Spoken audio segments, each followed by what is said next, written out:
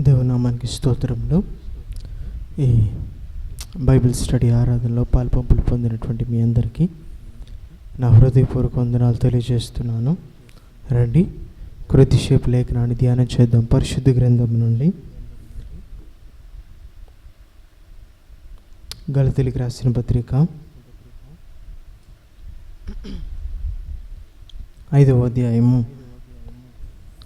గలతీయులకు రాసిన పత్రిక 5వ అధ్యాయము 16వ వచనం నుండి 26వ వచనం వరకు ఉన్నటువంటి మాటలను చదువుతాను. మనసు పెట్టి వినండి. నేను చెప్పినది ఏమనగా, ఆత్మానుసారముగా నడుచుకొనుడి, అప్పుడు మీరు శరీరేచ్ఛ నెరవేర్చరు. శరీరము ఆత్మకును, ఆత్మ శరీరమునకు విరోధముగా ఆపేక్షించును. ఇవి ఒకదానికొకటి వ్యతిరేకముగా ఉన్నవి గనుక మీరేవి చేయ నిశ్చయింతురో వాటిని చేయకుందురు. మీరు ఆత్మచేత నడిపింపబడినడేలా ధర్మశాస్త్రములకు లోనైన వారు కారు. శరీర కార్యములు స్పష్టమై ఉన్నవి. అవేవనగా జారత్వము, అపవిత్రత, కామకత్వము, విగ్రహారాధన, అభిచారము, ద్వేషములు, కలహము, మత్సరములు, క్రోధములు, కక్షలు, భేదములు, విమతములు, అసూయలు, మద్దతులు, అల్లరితో కూడిన ఆటపాటలు మొదలైనవి. వీటిని గురించి నేను మునుపు చెప్పిన ప్రకారము ఇటు వాటిని చేయవారు దేవుని రాజ్యమును స్వతంత్రించుకున్నారని మీతో స్పష్టంగా చెప్పుచున్నాను. అయితే ఆత్మఫలం ఏమనగా ప్రేమ, సంతోషము, సమాధానము, దీర్ఘశాంతము, దయాళత్వము, మంచితనము, విశ్వాసము, సాత్వికము, ఆశా నిగ్రహము. ఇటు వాటికి విరోధమైన నియమమేదీ లేదు. క్రీస్తు యేసు సంబంధులు శరీరమును దాని ఇచ్చలతోనూ దురాశలతోనూ సిలువ వేసి ఉన్నారు. మనం ఆత్మను అనుసరించి జీవించేవారమైతమా, ఆత్మను అనుసరించి క్రమముగా నడుచుకుందాము. ఒకరినొకరు వివాదమునకు రేపకయు, ఒకరి ఎందొకరు అసూయ పడకయు, వృధాగా అతిశయపడకయు ఉందము. తలలు వంచి కండ్లు మూసుకున్నట్లయితే చిన్న ప్రార్థన చేసుకుందాం. పరిశుద్ధుల, ప్రేమ, నమ్మకమైనటువంటి మా ప్రియ పరలోకపు తండ్రి, మరొకమారు ఈ యొక్క రాత్రికాల సమయంలో ఈ యొక్క బైబిల్ స్టడీ ఆరాధన ద్వారా మీ పాదాల సమీపంకు చేరడానికి మీరు చూపిన కృపను బట్టి స్తుతిస్తూ సమయమును సమస్త యావత్తును మీ కృపాహస్తాలకు అప్పచెప్పుకొనుచున్నాము. తోడుగా ఉండండి. మొదటి దీనిదాసుడికి కావలసిన మీ యొక్క ఆత్మ నడిపింపును, కృపా సహాయాన్ని దయచేసి మీ మాటలను మీ ప్రియులకు బోధించడానికి, వివరించడానికి, తెలియజెప్పగలగడానికి కృపనివ్వమని, ఆ తర్వాత వింటున్న మీ ప్రియులు వారి యొక్క అంతరంగాలను మీ కృపాహస్తాలకు అప్పచెప్పుకొనుచుండగా తోడుగా ఉండి వింటున్నటువంటి నామా యొక్క అంతరంగాల్లో మీ యొక్క ఆత్మకార్యమును జరిగించి మహిమ పొందమని, కడవరకు నమ్మకస్తులుగా వాడుకొనమని యేసుక్రీస్తు ప్రభు వారి యొక్క ప్రశస్తమైనటువంటి నామం పేరట అడిగి ప్రార్థించి వేడుకుంటున్నాను తండ్రి, ఆమేన్. మంచిది. మనం చదువుకున్నటువంటి లేఖన భాగము గలతీయులకు రాసిన పత్రిక 5వ అధ్యాయము ఈ 16వ వచనం నుండి 26వ వచనం వరకు ఉన్నటువంటి లేఖన భాగాన్ని కొద్ది నెలలుగా ధ్యానం చేస్తూ వస్తున్నాం. పౌలు సంఘానికి మరలా మూలపాఠాలను నేర్పడం, ఒక క్రైస్తవుడు ఎట్టి రకమైనటువంటి జీవితము నడుచుకోవడము కనీస బాధ్యత ఉన్నదో ఇప్పుడు మరలా అవే మొదటి సంగతులను, మరలా అవే మూల పునాదులను మరలా ప్రస్తావించడం కనిపిస్తూ ఉంది. ఒక క్రైస్తవుడు ఇలా అంటాను, ప్రార్థన దగ్గరే, ప్రార్థన అనేటువంటిది తండ్రి అయిన దేవునికి కుమారుడైనటువంటి యేసుక్రీస్తు ప్రభువారి యొక్క నామం పేరిట పరిశుద్ధాత్మ నడిపింపును బట్టి చేసేటువంటిది ప్రార్థన. మరలా చెప్తున్నాను, తండ్రి అయినటువంటి దేవునికి కుమారుడైనటువంటి యేసుక్రీస్తు ప్రభువారి యొక్క నామం పేరిట పరిశుద్ధాత్మ నడిపింపును బట్టి చేసేటువంటిది ప్రార్థన. ప్రార్థనే ప్రభువారి నామం పేరిట పరిశుద్ధాత్మ నడిపింపును బట్టి చేసేదే. మరి జీవితము ఈ లోకంలో క్రైస్తవుడుము అని అనబడుతున్నామే. క్రైస్తవులమైన మనమందరము క్రీస్తును పోలి నడుచుకున్న బద్దులమై ఉన్నామే. ఇప్పుడు పరిశుద్ధాత్మ నడిపింపును బట్టి కాదంటావా? ఇలా అంటాను, పరిశుద్ధాత్మ నీకు నాకు ఎందుకు అవసరమని ఆయన పరలోకానికి ఆరోహణమయ్యి ఆ సత్యస్వరూపైక ఆత్మను ఆదరణకర్తను మనకెందుకు అనుగ్రహించాడంటావు? ఎందుకు? ఆ నామం పేరట మోసం చేస్తామనా? ఆ నామం పేరట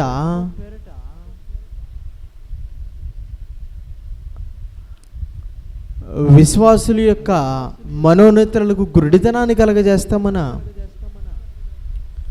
ఆ నామం పేరట పేరు ప్రఖ్యాతలు సంపాదించుకుంటామనా? మందిరాలను నింపుకుంటామనా? ఐశ్వర్యాన్ని సంపాదించుకుంటామనా? ఎందుకు ఆయన పరిశుద్ధాత్మ దేవుడిని నీకు నాకు ఇచ్చాడు? ఇంకొంచెం ముందడుగేసి ఇలా అంటాను, ఎందుకు ఈ పరిశుద్ధాత్మ దేవుడిని నీకు నాకు అనుగ్రహించాడంటావు? భాషలకా, ప్రవచించడానికా, స్వస్థతలు చేయడానికా, అర్థాలు చెప్పడానికా, అద్భుతాలు చేయడానికా? దేనికి? దేనికి? సతి మార్గంలో నడుచుకుంటావని, పాపమును గురించి, నీతిని గురించి, తీర్పును గురించి ఒప్పింపజేయబడుతూ జీవితాన్ని దినదినము సరిచేసుకుంటూ సరిదిద్దుకుంటూ ముందుకు కొనసాగుతావని.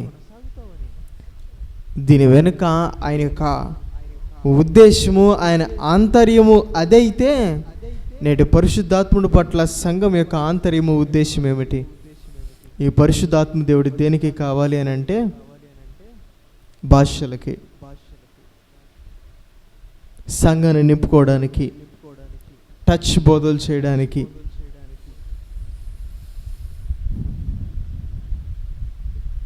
పరిశుద్ధాత్మ నడిపింపును బట్టి నడుచుకోవడం అనేటువంటిది క్రైస్తవుడు యొక్క కనీస నడవడిక, అది కనీస బాధ్యత. అది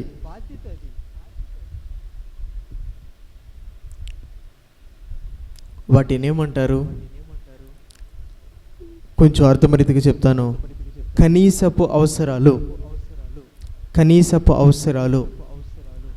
మనిషికి కనీసపు అట్లీస్ట్ కనీసపు అవసరాలు 3: తినడానికి తిండి, కట్టుకోవడానికి బట్ట, ఉండడానికి నివాసం. వీటిని కనీస అవసరాలు అని అంటారు. ఇవి లేనటువంటి వారు ఎలా పరిగణింపబడతారంటే బిలో పోవర్టీ, దరిద్రపు రేఖకు దిగున ఉండినటువంటి వారిగా వారిని పరిగణిస్తారు. ఆ మనిషి బ్రతకడానికి, తినడానికి తిండి, కట్టుకోవడానికి బట్ట, ఉండడానికి నివాసం ఎలాగైతే కనీసపు అవసరతో, క్రైస్తవుడు పరిశుద్ధాత్మ నడిపింబట్టి నడుచుకోవడము కనీసపు బాధ్యత. అతని కనీసపు వ్యక్తిత్వము, కనీసపు నడవడికది. ఇప్పుడు దానినే మరిచింది సంఘము, దానిని విడిచిపెట్టింది సంఘము, దానికే దూరస్తులుగా ఉన్నది సంఘము. వైఫల్యము సేవకుడిది కాదు, వైఫల్యము జాగ్రత్తగా నడుచుకున్నటువంటి సంఘంలో ఉన్నది. మునుపు నేను ధ్యానం చేస్తూ వచ్చాను.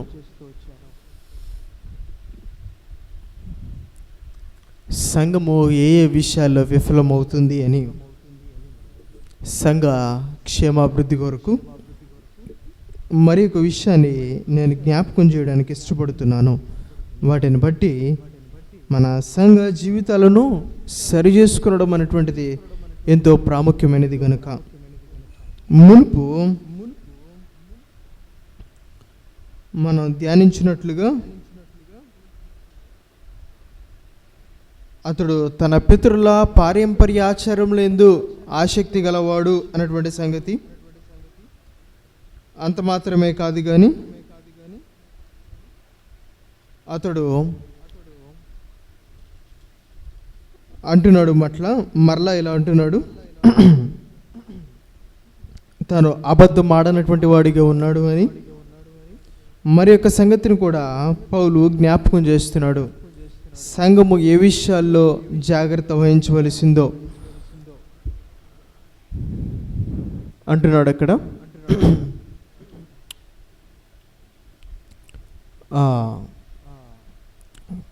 గలతీయులకు రాసిన పత్రిక 1వ అధ్యాయము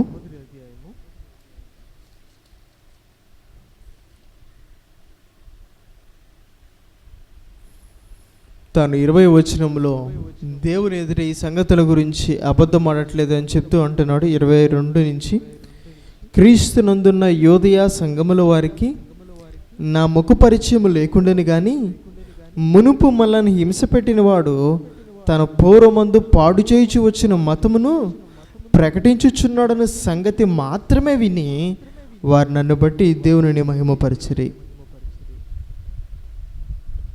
యోదయ సంఘాన్ని ఒక మాదిరిగా నిలుపుతున్నాడు. యోదయ సంఘాన్ని ఒక మాదిరిగా నిలిపి అంటున్నాడు, యోదయ సంఘం వారు నన్ను ఎప్పుడు చూడలేదు, నన్ను చూడకపోయినప్పటికీ నన్ను గురించి ఒక విషయాన్ని విన్నారు. వారు ఆ విషయాన్ని విని వారు దేవుని మహిమపరిచారు. ఏమనో తెలుసా, నేను పూర్వము ఏ మతమునైతే హింసించిన వాడిగా ఉన్నానో ఇప్పుడు అదే మతమును గురించి ప్రకటించేటువంటి వాడిగా ఉన్నాను అని విషయాన్ని విని యోదయ సంఘములు వారందరూ దేవుని మహిమపరిచారు. సువార్తను గుర్తించుటలో సంఘము విఫలమవుతుంది. సువార్తను గుర్తించటం మాత్రమే కాదు, సువార్తను ప్రకటించటలోను సువార్తను గుర్తించటలోను సంఘం విఫలమవుతుంది. అసలు ఇట్లా అంటాను, సువార్త అంటే ఏమిటి? లేఖన అనుగుణమైనటువంటి సువార్త, నిజమైనటువంటి అర్థం కలిగినటువంటి సువార్తకు మనము ప్రకటించేటువంటి సువార్తకు మధ్య ఎంతో వ్యత్యాసం ఉన్నది. మనం ప్రకటించేటువంటి సువార్త ఏంటో తెలుసా? నువ్వు మా చర్చికి రా, నీ కష్టాలు పోతాయి. మా చర్చికి రా, నీ అనారోగ్యం పోద్ది. మా చర్చికి రా, నీ అప్పులు పోతాయి. మా సేవకుడితో ప్రార్థన చేయించుకో, నీకున్న కష్టాలన్నీ పోతాయి. మా సేవకుడితో ప్రార్థన చేయించుకో, నీకు ఏది అవసరమో ఆయన చెప్పేస్తాడు. ఏది మంచో ఏది చెడో ఆయన చెప్పేస్తాడు. ఏది చేయొచ్చో ఏది చేయకూడదో చెప్పేస్తాడు. ఏది లాభమో ఏది నష్టమో చెప్పేస్తాడు. ఇది కాదంటావా సువార్త? నీవు నేను నేడు చేస్తున్నది సువార్త, శుభవార్త. ఏమిటి అది? క్రీస్తుని గురించి.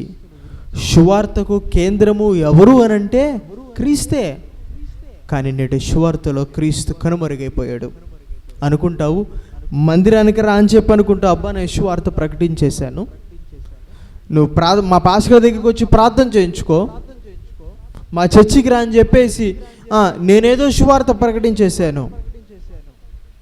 సువార్త అంటే క్రీస్తును కేంద్రముగా చేసుకుని క్రీస్తు యొక్క ఔన్నత్యాన్ని గురించి, క్రీస్తు యొక్క గొప్పతనాన్ని గురించి, క్రీస్తు యొక్క ప్రభావాన్ని గురించి తెలియజెప్పడమే సువార్త. నేటి సువార్తలో క్రీస్తు లేడు. నేటి సువార్తలో మందిరము కేంద్ర బిందువు. నేటి సువార్తలో సేవకుడు కేంద్ర బిందువు. క్రీస్తు కనుమరుగైపోయాడు. సువార్త అనేటువంటిది క్రీస్తును కేంద్రంగా చేసుకుని క్రీస్తు యొక్క ఔన్నత్యాన్ని గురించి చెప్పడం. నేటి సువార్తలో క్రీస్తు కనుమరుగైపోయాడు, మందిరము సేవకుడు వచ్చారు. అంతేకాదు, ఈ సువార్త అంటే చాలాసార్లు చేసేది అతను పాపి అని అతను ఒప్పింపజేయాలి అని ప్రయత్నించడానికి ఒప్పించడానికి ప్రయత్నం చేస్తూ ఉంటాం. ఏ వ్యక్తికి అయితే మనం సువార్త ప్రకటిస్తామో ఆ వ్యక్తి పాప అన్నట్లుగా, ఆ వ్యక్తి జన్మతః కర్మతః పాపని, అతని పాపాల కోసం యేసు మరణించాడని, ఇదిగో అతని పాపి అని, అతని మాట, అతని చూపు, నడవడిక, ఆలోచన, జీవిత విధానము తప్పు అని, అతని పాపి అని అతన్ని తీవ్రంగా ఒప్పించడానికి ప్రయత్నం చేస్తాం. సువార్త అంటే నువ్వు పాపి అని చెప్పడం కాదు, యేసు పరిశుద్ధుడు అని చెప్పడం. నీలో సమాధానం లేదని చెప్పడం కాదు, యేసు నీకు సమాధానాన్ని ఇస్తాడని చెప్పడం. సువార్త అంటే ఆ వ్యక్తి యొక్క జీవితపు లోతులోని చీకటిని బయటికి తీసి చూపించి చెప్పడం కాదు, ఆ వ్యక్తి పాపి అని ఒప్పింపజేయడం కాదు. సువార్త అంటే ఆయన ఔన్నత్యాన్ని తెలియజేయడం, ఆయన గొప్పతనాన్ని, ఆయన మహిమను, ఆయన ప్రభావాన్ని తెలియజెప్పడం. నేటి సువార్తలో క్రీస్తు కనుమరుగైపోయాడు. నేటి సువార్తలో క్రీస్తు ఔన్నత్యం కనుమరుగైపోయింది.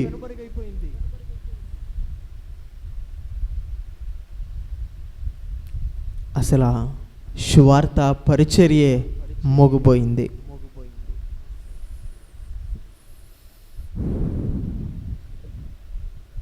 నేడు సంఘంలో సువార్త పరిచర్య లేదు. ఇదివరకండి సమాజ కూటాలు ఏర్పాటు చేసేవాళ్ళు. సువార్త సభలు, సువార్త కూడికలు వెలుపల పబ్లిక్గా ఏర్పాటు చేసేటువంటి వారు దేని కొరకు? క్రీస్తుని ఎరగిన వాడు ఒక్కడైనా క్రీస్తుని గురించి తెలుసుకుంటారని. ఆ సేవకుడిని అడిగితే ఇలా అంటాడు, అయ్యా ఏంటి బహిరంగ కూడికలు పెట్టట్లేదు, ఏంటి సువార్త సభలు ఏర్పాటు చేయట్లేదు అంటాడు. ఈ రోజుల్లో యేసుక్రీస్తు ప్రభువారి గురించి తెలియని వాడు ఎవడున్నాడండి? అందరికీ తెలిసి యేసే అంటే ఏంటో. ఇదివరకు అంటే యేసు గురించి తెలియదు కాబట్టి బహిరంగంగా సువార్త కూడికలు ఏర్పాటు చేసుకున్నామండి. ఇప్పుడు ఎందుకు? టీవీలో వస్తుంది వాక్యం, ఫోన్లో వస్తుంది వాక్యం, సామాజిక మాధ్యమాల్లో వస్తుంది వాక్యం, ఎక్కడైనా దొరుకుతుంది వాక్యం. ఇంకెందుకండి బహిరంగ సువార్త కూడికలు? నిజమే, లోకానికి, ఇరుగు పొరుగు వారికి, అందరికీ యేసు ఎవరో తెలుసు. యేసు అని పేరు మాత్రమే తెలుసు, కానీ యేసు ఏమైనాడో తెలీదు. వారికి యేసు అనే పేరు మాత్రమే తెలుసు, యేసు క్రైస్తవుల దేవుడు అని తెలుసు, అంతే. కానీ యేసు ఏమైనాడో వారికి తెలియదు. వారి పాపాల కోసం ఎలా కల్వరి శిలువలో మరణించాడో తెలియదు. వారికి పునరుద్ధానాన్ని ఇవ్వడానికి మూడో దినాన మరణపు ముళ్ళును విరిచిన మృత్యుంజయుడికి ఎలా తిరిగి లేచాడో తెలియదు. ఆయన మూలముగా సర్వలోకానికి, సమస్త మానవాళికి ఏం కలుగుతుందో తెలియదు. ఈ రోజున నీవు నేను ఈ యేసుని గురించి చెప్పడం అంటే యేసు దేవుడు అని చెప్పడం కాదు, ఆయన ఏమైనాడో చెప్పడం, ఆయన ఎందుకు భూమి మీద దిగి వచ్చాడో చెప్పడం, ఎందుకు కల్వరి శిలువలో మరణించాడో చెప్పడం, ఎందుకు మూడో దినాన పునరుద్ధానుడై తిరిగి లేచాడో చెప్పడం. అవి చేయడం వల్ల సమస్త మానవాళికి, అందరికీ, మానవుడు కానీ, ధనము కానీ, లోకము కానీ, మనుషులు కానీ ఏవి ఇవ్వలేనివి ఆయన మూలముగా ఏవి కలిగేవో తెలియజెప్పడం. స్వార్థ కనుమరుగైపోయింది. అని అన్నాడు, మీరు సర్వలోకమునికి వెళ్ళి సర్వ సృష్టికి సువార్తను ప్రకటించండి మనకు ఆజ్ఞాపించాడు ఆయన. నా ప్రియ వెనుకరి, నేడు సంఘము సువార్తను గుర్తించటంలో విఫలమవుతుంది. సువార్త అంటే క్రీస్తును కేంద్రంగా చేసుకునేది గుర్తించటంలో విఫలమవుతుంది. సువార్త అంటే ఆ వ్యక్తి యొక్క పాపాల గురించి చెప్పడం కాదు, కానీ యేసు యొక్క ఔన్నత్యాన్ని గురించి చెప్పడం అని గుర్తించటంలో విఫలమైంది. సువార్త బహిరంగంగా క్రీస్తుని ఎరగిన వారికి తెలియజెప్పవలసిందని గుర్తించడంలో విఫలమైంది. ఎందుకు సువార్త మోగబోయింది? నేడు ఎందుకు సువార్త మోగబోయింది? ఇదే పౌలు అంటాడు, నేను సువార్త విషయంలో సిగ్గుపడిన వాడు కాను. నేను బహిరంగంగా క్రీస్తుని గురించి చెప్పాలంటే సిగ్గు క్రైస్తవులకి, అవమానము, గిల్టీ, ప్రెస్టీజ్ కదా. నేను సువార్త విషయంలో సిగ్గుపడను వాడిని కాను, సువార్త ప్రకటింపకుంటే నాకు శ్రమ అంటున్నాడు భక్తుడు. నేటి సువార్త పరిచర్య మోగపోవడానికి కారణం సిగ్గు. రెండవదిగా, నేటి సువార్త పరిచర్య మోగపోవడానికి కారణము శ్రమను గురించినటువంటి భయము. మనుషులు ఏం మాట్లాడతారో, మనుషులు ఎలా తిరుగుబాటు చేస్తారో, మనుషులు ఎలా ఇబ్బంది పెడతారో పరిస్థితులకు భయపడతాం. అందుకనే సువార్త పరిచర్య మోగపోయింది. నా ప్రియ వినుకరి, సంఘము ఎందుకు కనీసపు నడవడికను విడిచిపెట్టిందో తెలుసా? కనీసపు బాధ్యతను, కనీసపు జీవితాన్ని ఎందుకు విడిచిపెట్టిందో తెలుసా? సంఘంలో వైఫల్యము, సువార్తను గుర్తించడం విఫలమైంది. ఇప్పుడు ఆ గొర్రె చర్మము ధరించుకుని అబద్ధ బోధకులైనటువంటి వారు సంఘంలోనికి చొరబడి సువార్త చేస్తున్నారే, ఆ సువార్త క్రీస్తుని కేంద్రంగా కలిగి ఉన్నదా లేదా గుర్తించడంలో విఫలమైంది. అది క్రీస్తు యొక్క ఔన్నత్యాన్ని తెలియజేస్తుందా లేదా గుర్తించడంలో విఫలమైంది. నా ప్రియ వెనుకరి, జ్ఞాపకం ఉంచుకో, నువ్వు ఎన్నటికి నీ సువార్త విషయంలో సిగ్గుపడకూడదు, సువార్త విషయంలో భయపడకూడదు. నేడు నీ కళ్ళు తెరవజేయబడాలా? నువ్వు సువార్తను ప్రకటించే వాడిగా ఉండాలా? సువార్తను గుర్తించేటువంటి వాడిగా ఉండాలా? నేడు నీ సంఘపులో, నీ సేవకుడిలో చేస్తున్నటువంటి సువార్తలో నువ్వు కనుగొనగలుగుతున్నావా? వారి సువార్తలో ప్రతి బోధలోను, ప్రతి వాక్యంలోను, ప్రతి లేఖన ధ్యానంలోనూ క్రీస్తునే కేంద్రంగా వారు చేసుకుని చెప్తున్నారని, ధనాన్ని కాదు, ఏ సంబంధమైన ఆశీర్వాదాలను కాదు, క్రీస్తును, క్రీస్తు ఇచ్చేటువంటి దానినే, ఆ యొక్క విషయాలనే వారు కేంద్రంగా చేసుకుని తెలియజెప్తున్నారని చెప్పగలవా? వారి లోకంలోవి మనుషుల గురించో వేటి గురించో ప్రస్తావించడం కాదు, కానీ క్రీస్తు యొక్క ఔన్నత్యాన్ని వారు తెలియజెప్తున్నారు. గుర్తించగలుగుతున్నావా? గుర్తించలేకపోతే ప్రమాదంలో పడవలసి వస్తుంది. వారు గుర్తించలేక ఆ రోజు అబద్ధ బోధకులు చేస్తున్నటువంటి ఆ భిన్నమైనటువంటి బోధలో వారు మోసపోయారు.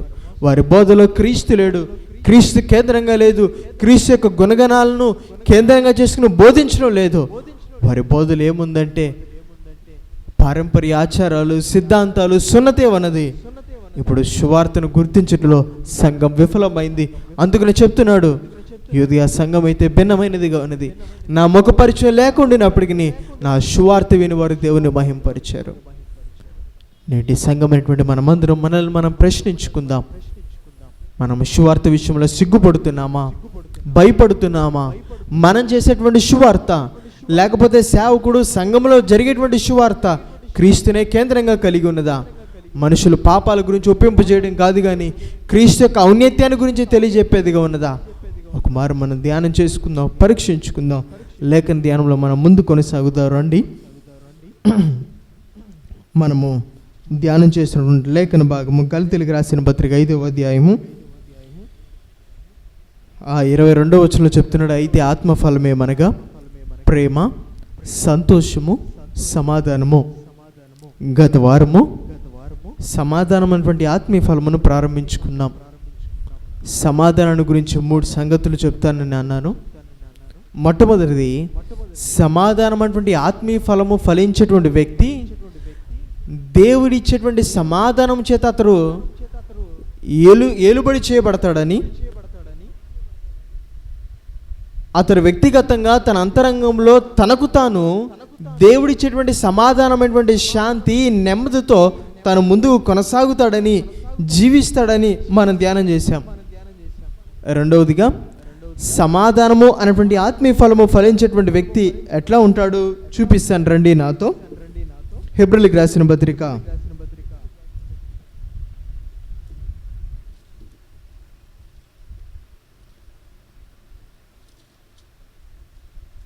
12వ అధ్యాయము 14వ వచనంలో ఇలాగ అంటున్నాడు, అందరితో సమాధానమును పరిశుద్ధతయు కలిగి ఉంటకు ప్రయత్నించుడి, పరిశుద్ధత లేకుండా ఎవడును ప్రభువును చూడడు. మొట్టమొదటిగా సమాధానం అటువంటి ఆత్మీయ ఫలము ఫలించేటువంటి వ్యక్తి వ్యక్తిగతంగా తనకు తాను తన అంతరంగంలో దేవుడిచ్చేటువంటి సమాధానాన్ని కలిగి ఉంటాడు, అంటే నెమ్మది, శాంతి. రెండవదిగా సమాధానమైనటువంటి ఆత్మీయ ఫలం ఫలించేటువంటి వ్యక్తి ఇతరులతో తాను సమాధానం కలిగి ఉంటాడు. అక్కడ అంటున్నాడు, అందరితోనూ సఖ్యమైతే అందరితోనూ సమాధానం మీరు కలిగి ఉండండి. ఇక్కడ అందరితోనూ అని అంటే ఆ విషయాన్ని మార్కు సువార్తలో ప్రస్తావిస్తూ 9వ అధ్యాయం 50వ వచనం అంటాడు, ఒకనితో ఒకడు సమాధానముగా ఉండుడి. ఒకనితో ఒకడు అంటే మనము ఏ కుటుంబంలో అయితే ఉంటున్నామో ఆ కుటుంబపు వ్యక్తులతో సమాధానం, ఏ సంఘములో అయితే ఉంటున్నామో ఆ సంఘములో తోటి విశ్వాసులతో సమాధానం, సంఘపు వెలుపట ఏ సమాజంలో అయితే ఉంటున్నామో ఆ సమాజంలో మనతో కూడి నివసించేటువంటి ఇరుగు పొరుగు వారితో సమాధానం. అందుకని భక్తులు చెప్తూ, భయభక్తులు కలిగి ఉండడం అంటే సమాధానాన్ని వెదికి వెంటాడము. సమాధానం అటువంటి ఆత్మీయ ఫలము ఫలించేటువంటి వ్యక్తి అట్లా ఉంటాడు. తన ఇతరులతో సమాధాన పడడానికి తను ముందుంటాడు. అది కష్టమైన, సుఖమైన, బాధ అయినా, ఇబ్బంది అయినా, అవమానమైన, ఓటమైన, అది ఎటువంటి పరిస్థితులు అయినప్పటికీ, తప్పు తనదైనా తనది కానప్పటికీ సమాధానమైనటువంటి ఆత్మీయ ఫలం ఫలించేటువంటి వ్యక్తి తన పొరుగు వానితో, ఇతరులతో తన సమాధాన పడతాడు.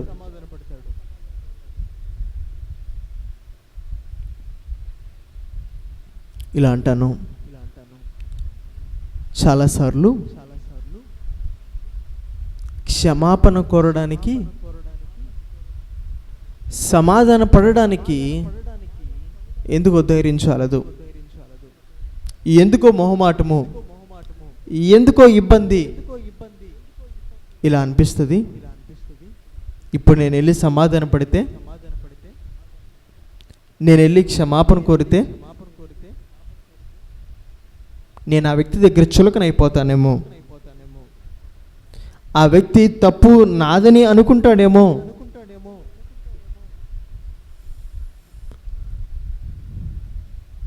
కౌన్సిలింగ్ చేస్తున్నటువంటి దినాలలో ఒక ప్రాముఖ్యమైనటువంటి సంగతిని నేర్పిస్తూ ఎక్కువగా మ్యారేజ్ కౌన్సిలింగ్ దగ్గర నేర్పవలసినటువంటి విషయాలు, కౌన్సిలింగ్కి ఆ భర్త భార్యతో సమాధాన పడుతున్నాడు అని అంటే, ఆ భార్య భర్తతో సమాధాన పడుతున్నది అని అంటే, తల్లిదండ్రులు బిడ్డలతో సమాధాన పడుతున్నారు అని అంటే, బిడ్డలు తల్లిదండ్రులతో సమాధాన పడుతున్నారంటే తప్పు వారిదని కాదు. వారు ఆ వ్యక్తులను కోల్పోవడానికి ఇష్టపడట్లేదు. వారు ఆ వ్యక్తితో కలిగినటువంటి బాంధవ్యానికి స్థానాన్ని, ప్రాముఖ్యతనిస్తున్నారు. అందుకని ఇలా అంటారు, if you win the argument you will lose the person, if you lose the argument you will win that person అని అంటారు. ఆ వివాదంలో, ఆ వాగ్వాదంలో నువ్వు గెలిస్తే ఆ వ్యక్తిని కోల్పోతావు. కానీ ఆ వివాదంలో, వాగ్వాదంలో నువ్వు ఓడిపోయేవా ఆ వ్యక్తిని సంపాదించుకుంటావు. నేడు కావలసింది ఇది కాదంటావా? నేడు మన కుటుంబ జీవితాలకి, సంఘ జీవితాలకి, సమాజ జీవితాలకి ఇది కాదంటావా నేడు అవసరమైనది? నేడు వాక్యాన్ని వింటున్నటువంటి నీవు ఎవరు అయినప్పటికీ ఒక భర్తగా ఉండినటువంటి వాడువా, భార్యగా ఉండినటువంటి దానివా, సంఘంలో ఒక విశ్వాసిగా ఉండినటువంటి వారా, సమాజంలో ఇరుగు పొరుగు వారి మధ్య నివసిస్తున్నటువంటి వారా, మీరు ఇతరులతో, మీ ఇరుగు పొరుగు వారితో, తోటి వారితో సమాధాన పడవలసిన వారు. ఇలా అంటాను, లేఖనంలో చెప్తాడు, సమాధానంగా ఉండుటకే ఆయన మనల్ని పిలిచి ఉన్నాడు. సమాధానంగా ఉండడానికే, నీవు నేను ఇతరులతో సమాధానంగా ఉండడానికే ఆయన నిన్ను నన్ను పిలిచాడు. చాలా దినాల క్రితము ఒక అమ్మ వచ్చింది, అయ్యా నా కొడుకులు ఉన్నారు, నా చిన్న కుమారుడికి, నా చిన్న కొడలికి తగాదా అయింది, నా పెద్ద అబ్బాయి వెళ్ళి ఆ అమ్మాయిని కొట్టాడట, ఆ అమ్మాయి చంటి పిల్లని తీసుకుని తన ఇంటికి వెళ్ళిపోయింది. పిల్లాడు మా దగ్గర ఉన్నాడు. అమ్మ కావాలని ఏడుస్తున్నాడు. ఇంటికి రావేమమ్మా అని చెప్పి ఫోన్ చేస్తే, నీ వచ్చి నా కాళ్ళు పట్టుకుంటే కానీ నేను రాను అన్నదయ్య ఆవిడ. ఏం చేయమంటావు? నీ బోరుని ఏడవడం ప్రారంభించింది. పెద్ద ఆవిడ ఇప్పుడు ఏమని చెప్పాలి? అత్తగారు, అమ్మ వయసులో పెద్దదానివి, అన్ని విషయాల్లో పెద్దదానివి, నువ్వు వెళ్ళి నీ కోడలు కాళ్ళు పట్టుకోవడం ఏంటి అని చెప్పవలసిన వాడిన ఇప్పుడు లోక సంబంధిగా, ఆత్మ సంబంధిగా సమాధానంగా ఉండడానికే యేసు నిన్ను నన్ను పిలిచాడమ్మా. కాళ్ళు పట్టుకోవడం కాదు కదా, ఆ కాళ్ళు కడిగైనా సరే ఆమెను ఇంటికి తెచ్చుకొని ఆత్మ సంబంధిగా చెప్పవలసిన వాడనా? ఎట్లా చెప్పవలసిన వాడని? ఈరోజు వాక్యాన్ని వింటున్నటువంటి నీవు సమాధానం లేనటువంటి వాడిగా ఉన్నావా? నీకు ఇంకా ఒక వ్యక్తితో మనస్పర్ధలు ఉన్నాయా? తగాదాలు ఉన్నాయా? మాటలు లేనటువంటి పరిస్థితుల్లో నువ్వు ఉన్నావా?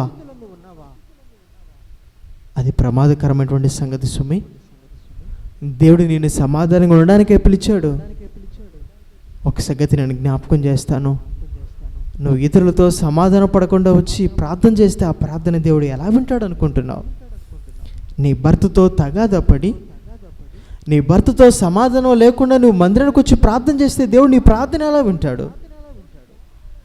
నీ భార్యతో సమాధానం లేకుండా తగాదా ఆడి నువ్వు వచ్చి ఇక్కడికి ప్రార్థన చేస్తే దేవుడు నీ ప్రార్థన ఎలా వింటాడు? వీరి ఇంట్లో కొట్లాడుకుని తగాదా ఆడి వీరి ఇరువురు ఏమీ తెలియనట్లుగా, ఏమీ జరగనట్లుగా అసమాధానంగానే మందిరానికి వచ్చి ఆరాధిస్తే ఆ ఆరాధన దేవుడు ఎలా అంగీకరిస్తాడు?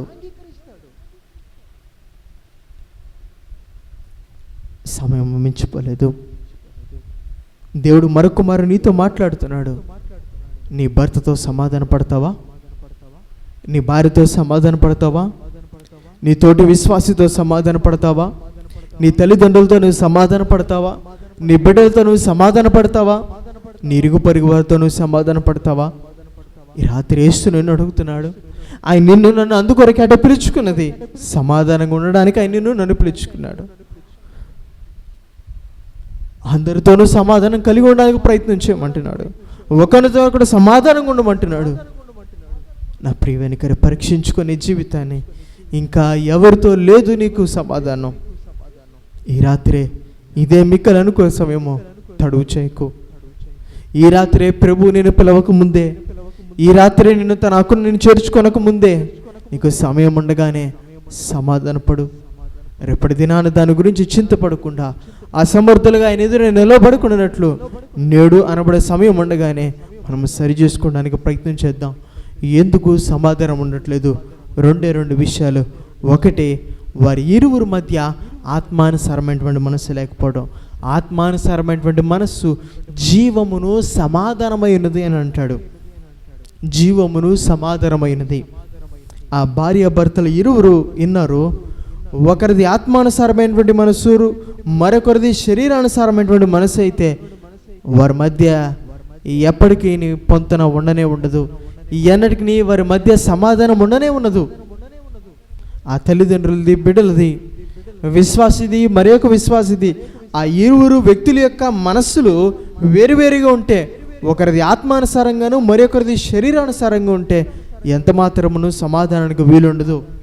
అలాగని ఆత్మానుసారమైనటువంటి నీవు ఆ శరీరానుసారమైనటువంటి వ్యక్తిని విడిచిపెట్టకూడదు సుమి.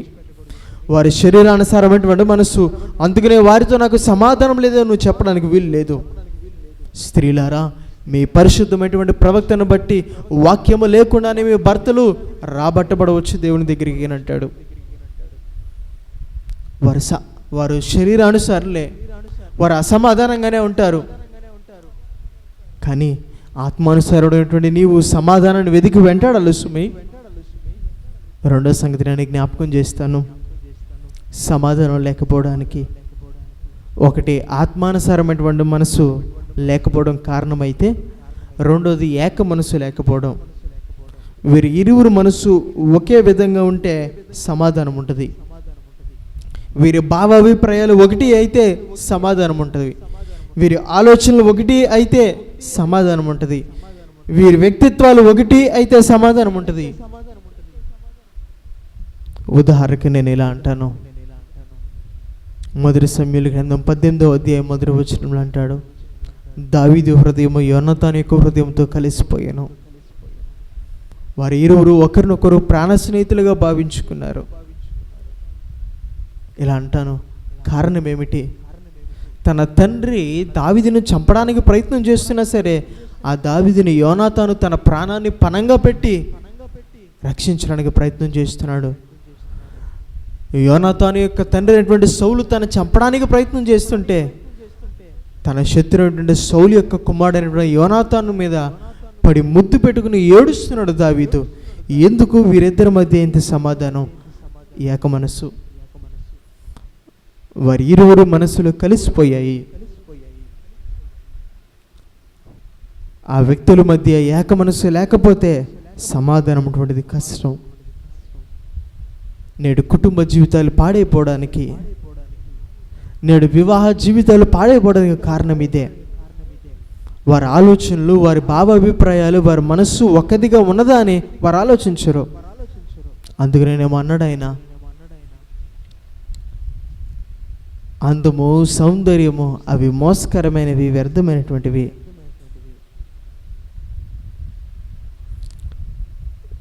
నేడు వివాహానికి ప్రాముఖ్యత దేనికి ఇస్తున్నారంటే అందానికి.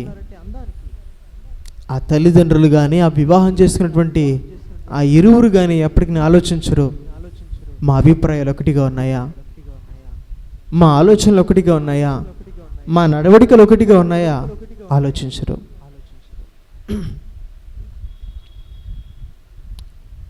ఈ రెండు కారణాలు బట్టి ఆత్మానుసారమైనటువంటి మనస్సు, ఏక మనస్సు లేకపోవడాన్ని బట్టి సమాధానం అటువంటిది నెలకొల్పబడదు.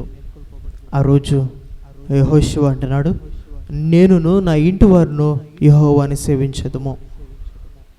తన మాటే తన ఇంటి వారి మాట. ఇప్పుడు వారందరూ ఎలా ఉన్నారంటే ఆత్మానుసారమైనటువంటి మనసు కలిగి ఉన్నారు. వారందరిది ఒకటే భావన, ఒకటే ఆలోచన. అంతేకాదు వారు ఆత్మానుసారంగాను ఒకే మనస్సు. మేము యెహోవాను ఆరాధిస్తాం, మీరు ఎవరిని ఆరాధించినా పర్వాలేదు, నేనును నా ఇంటి వారిని యెహోవానే సేవిస్తాం. నా ప్రియవినకరి, ఈరోజు వాక్యాన్ని వింటున్నటువంటి నీవు నిన్ను పరీక్షించుకో. ఎవరితో నీకు సమాధానం లేదు, ఎవరితోనూ సమాధానాన్ని కలిగి ఉండలేకపోతున్నావు. కలిగి ఉండలేకపోతున్నటువంటి వ్యక్తులతో సమాధానాన్ని కలిగి ఉండడానికి నువ్వు ప్రయత్నం చేస్తున్నావా? పరీక్షించుకో. ఇదే మిక్కిలి అనుకూల సమయము. మరొకమారు ఆయన నిన్ను పిలుస్తున్నాడు సమాధాన పడడానికి. అందుకే గతకాలంలో పిలిచినాడు, మరలా పిలుస్తున్నాడు సమాధానంగా ఉండడానికి. ఒకరితోనొకడు అందరితోనూ సమాధానంగా ఉండడానికి. వారు శరీరానుసారమైనటువంటి మనసులా పర్వాలేదు, ఆత్మానుసారమైనటువంటి నీవు సమాధాన పడడానికి ప్రయత్నించే. వారి ఏక మనసు కలిగి ఉండేటువంటి వారా పర్లా వారి అభిప్రాయాలతో, వారి ఆలోచనలతో నీవే ఏకీభవించి వారితో ఏక మనసు కలిగి ఉండు, సమాధానాన్ని కలిగి ఉండు. అటు కృపా భాగ్యత దేవుడు మనందరికీ దయచేయనుగాక. తలలోంచి కండ్లు మూసుకున్నట్లయితే ప్రార్థన చేసుకుందాం. పరిశుద్ధిరా, ప్రేమ నమ్మకమైనటువంటి మా ప్రియ పరలోకపు తండ్రి, మీ ప్రేమ కలిగినటువంటి నామాన్ని బట్టి మిమ్మల్ని స్తుతిస్తూ, మీ లేఖనాన్ని ధ్యానించడం కొరకై మీరు మాకు ఇచ్చినటువంటి తరుణాన్ని బట్టి మీకు వందనాలు. సంఘము తన కనీసపు బాధ్యతను, కనీసపు నడవడికను మరచి విడిచి జీవించడానికి గల కారణము ఆ సువార్త మిమ్మల్ని కేంద్రంగా కలిగి ఉన్నదో లేదో, ఆ సువార్తలో మీ యొక్క గుణగణములను కేంద్రంగా కలిగి ఉన్నవో లేవో గుర్తించడంలో వైఫల్యము. అందుకనే ఆనాడు క్రైస్తవులుగా మారువేషం వచ్చి యూదా మతబోధకులంటి వారి సంఘంలోనికి చొరపడి వారు వాక్యాన్ని బోధించినప్పుడు ఆ బోధలో క్రీస్తు లేడు, పారంపర్య ఆచారాలు ఉన్నాయని, ఆ బోధలో మీ యొక్క ఔన్నత్యం లేదు, ఆచారాలు సాంప్రదాయాలు ఉన్నాయని గుర్తించడంలో విఫలమైంది. ఆ రీతిగా మేము చేరుకున్నట్లు దయతో క్షమించమని, ఈ సువార్త పరిచర్య మోగబడకుండానట్లు మరొకమారు నన్ను మమ్మల్ని మీరు పురుకొల్పమని, మా నేత్రాలు మీరు తెరవజేయమని మీ వద్ద వేడుకుంటూ, ఆ సువార్తను గుర్తించడానికి, సువార్తను తెలియజెప్పగలడానికి, ప్రకటించడానికి మాకు మీరు కృపనివ్వమని మరొక మారు సమాధానమైనటువంటి ఆత్మీయ ఫలమును ధ్యానం చేస్తూ, రెండవదిగా సమాధానమైనటువంటి ఆత్మీయ ఫలం ఫలించేటువంటి వ్యక్తి ఎట్లా ఉంటాడో తాను ఇతరులతో సమాధాన పడేటువంటి వాడిగా ఉంటాడని, సమాధానానికి కావలసినవి ఆత్మానుసారమైనటువంటి మనసు, ఆ యొక్క ఈ ఏక మనసు అని, అటు మనస్సును నామ యొక్క జీవితాలు మీరు దయచేయమని రాత్రి మీ ప్రియులు ఎవరితో అయితే సమాధానం లేనటువంటి జీవితాలు జీవిస్తున్నారో దయతో వారిని మీ కృపాహస్తాలకు అప్పచెప్పుకొనిచున్నాను, క్షమించండి. తిరిగి ఈ రాత్రి వారు ఎవరితో అయితే సమాధానాన్ని కోల్పోయినటువంటి వారిగా ఉన్నారో తిరిగి వారు సమాధాన పడుతూ ఉండగా